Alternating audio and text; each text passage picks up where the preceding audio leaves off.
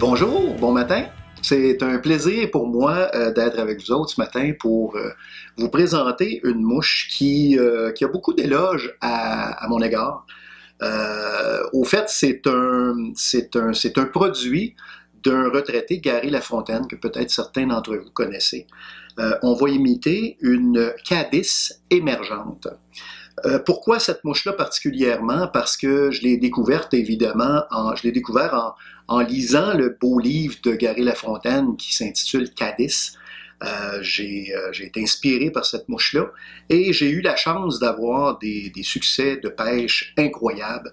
Une mouche qui se pêche particulièrement en eau normale ou en eau basse, fin de saison particulièrement, mois d'août, début septembre. Évidemment, à partir du moment où vous voyez une éclosion majeure de Cadis, de ces petits insectes-là, ça devient une bête mortelle, la mouche qu'on va monter ensemble. Donc, je vous montre un peu son allure de façon générale. Vous voyez qu'elle est, en tout cas moi, j'ai eu un certain succès avec, donc je la vois attirante et très très inspirante. On va regarder les différentes étapes, puis je vais vous expliquer un peu la raison de la conception qui a été partagée par M. Lafontaine. M. Lafontaine, je vous invite à explorer ses lectures. C'est un monsieur qui a fait des recherches incroyables pour comprendre toute la mécanique les cycles de vie des Cadis.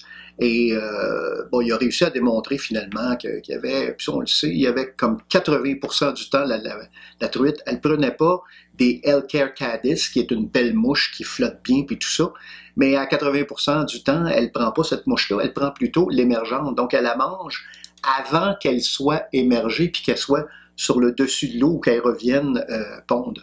Donc, c'est vraiment à ce moment-là qu'on doit exciter cette truite-là, ces truites-là avec ces Cadis-là.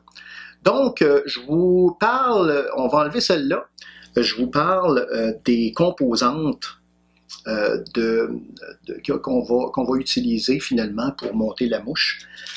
Moi, j'utilise, il y a deux options, c'est-à-dire vous pouvez utiliser des hameçons à mouche sèche, donc des dry fly. On a un ferret qui est plus fin, donc on va avoir, parce que cette mouche-là, c'est une mouche qui se pêche dans le film de l'eau, donc de 0 à 6 pouces à peu près.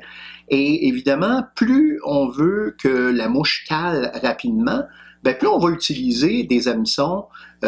Celle qu'on va utiliser ici, finalement, c'est une S80 3906.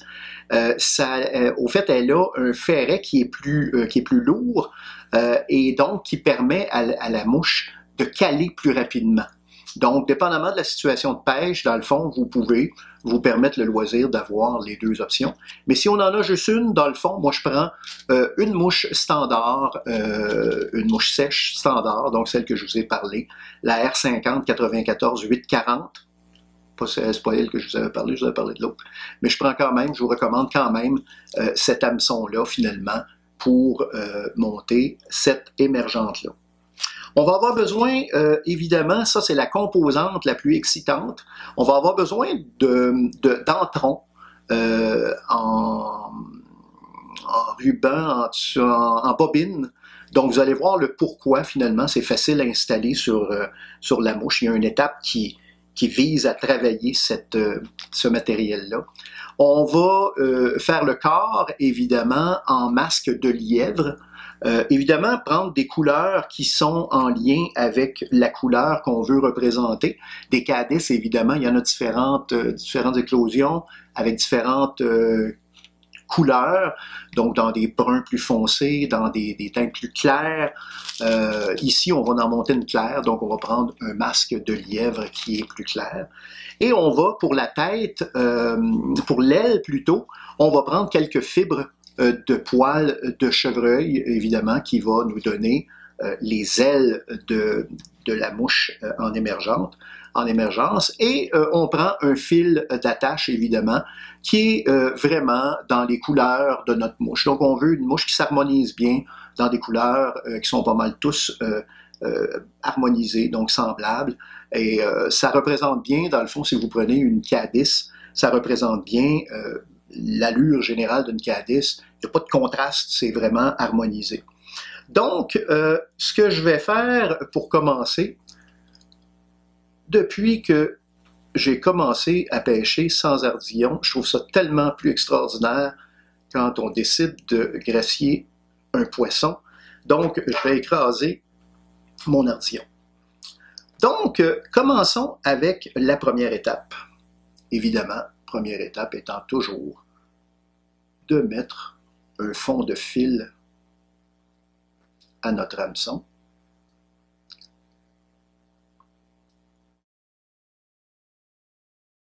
Attention, pour ne pas couper. Première étape étant de venir se couper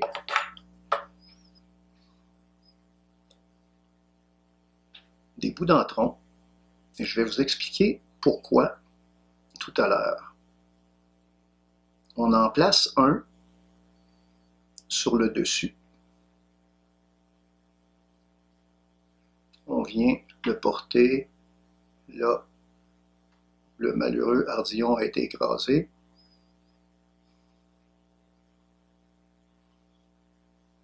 Bon, on va venir essayer d'ancrer ça correctement en enlevant l'excédent. On va avoir besoin peut-être d'une longueur de un petit peu plus, une longueur et demie de la longueur de notre hameçon. Ce qu'on va faire, on en a besoin un sur le dessus et on en a besoin un en dessous.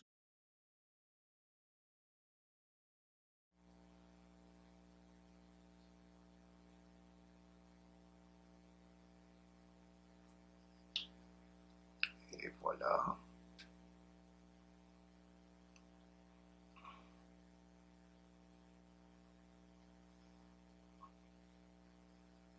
Et je vais vous expliquer pourquoi.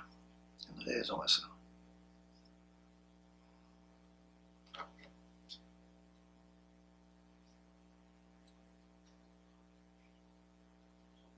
On coupe l'excédent. Et voilà. Donc, la même chose, même longueur. Donc, ce qu'on va faire, c'est que, avant de vous expliquer ça, je vais faire le fond. Donc, un coup nos tiges, nos brins d'entron installés, on va simplement venir se mettre un peu de dubbing. Là, normalement, je devrais avoir un peu de cire, mais pour les besoins de la cause, on va y aller de façon plus naturelle.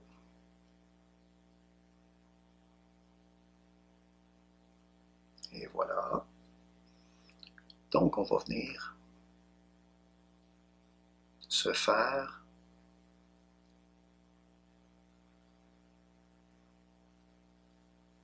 un corps assez uniforme.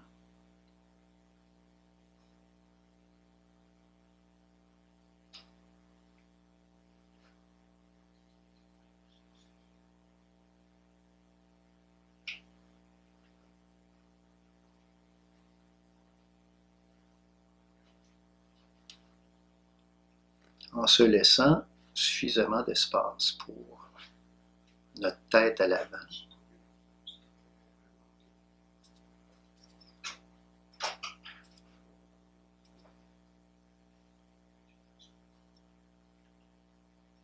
Et voilà. Donc, ce qu'on va faire, on va venir créer avec notre entron, on va venir créer comme un genre d'enveloppe. Et la raison pour laquelle on va faire cette enveloppe-là, c'est que l'insecte, la K10, la façon qu'elle émerge, elle part de son stade plus primaire. Et quand elle vient pour émerger, ce qui l'aide à se propulser, c'est comme une bulle de gaz qui est créée à l'intérieur du fourreau du corps. Et ce qu'on veut représenter ici, finalement, c'est comme une cage qui va, quand vous allez lancer votre mouche, qui va créer cette bulle-là, évidemment avec de l'air, mais qui va créer cette bulle-là et qui va donner l'impression, évidemment, l'air va se dégager quand vous allez stripper, et ça va vraiment donner l'impression d'une K10 qui est en train de se propulser à l'extérieur. Donc, c'est la raison pour laquelle on fait ce genre de fourreau-là. Bon, évidemment, ça va mieux que le pinson, mais un coup qu'on a étendu notre entron, ce qu'on va faire, c'est qu'on va juste venir le relever un peu pour créer cette enveloppe-là.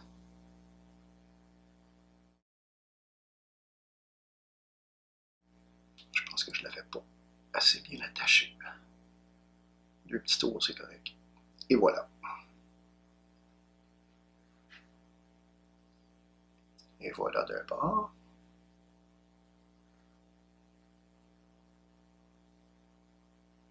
Et celui d'en dessous.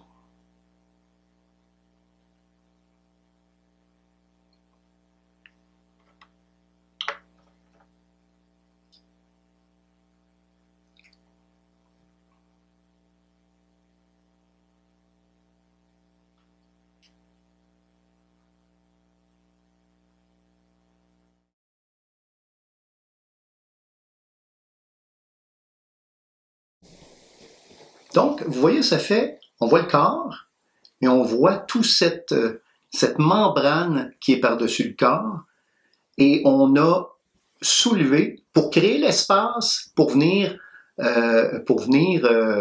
permettre à la bulle d'air de se former. Évidemment, on va, à partir du moment où ça c'est fait, on va venir. Évidemment, on parle de petits formats, donc on fait attention pour ne pas couper notre fil, bien sûr. Ce qu'on va faire à ce stade-ci, donc, un coup le fourreau complété, ce qu'on va faire, c'est qu'on va venir chercher un petit côté, une petite étape un peu délicate. On va venir chercher avec le bout du poinçon quelques fibres qu'on va enlever pour créer un genre de queue. Puis, pas beaucoup. Là, j'en ai pris un peu trop. Et voilà. Et voilà. Donc, le corps est fait. La queue est en place. Peut-être encore un peu trop de fibres. Mais je pense que la truite, il ne verra pas. Il va y voir que du feu. Évidemment, notre émergente, évidemment, a ses ailes de conçu. On va prendre quelques fibres de chevreuil. On pourrait le positionner. Moi, je n'utilise pas d'égalisateur. J'aime avoir un insecte qui est plus naturel. Et je vais venir mettre mon aile comme à peu près la moitié de la queue. Donc, c'est comme une longueur et demie. Si on regarde une K10, au fait, le corps est un peu plus petit, l'aile passe par-dessus. C'est ce qu'on veut représenter ici. On y va délicatement. Évidemment, on n'oublie pas que chevreuil, ça flaire.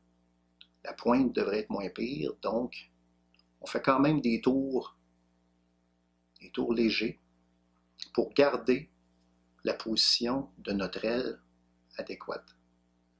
Et là, on peut se permettre d'aller vers l'avant, puis de serrer un peu plus. Pourquoi? Parce que de toute façon, ces poils-là, on n'aura pas besoin.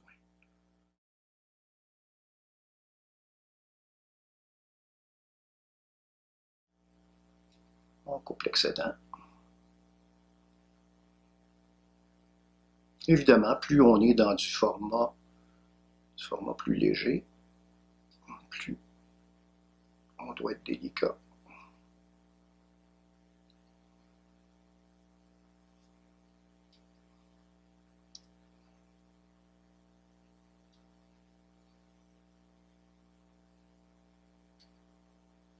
Et voilà.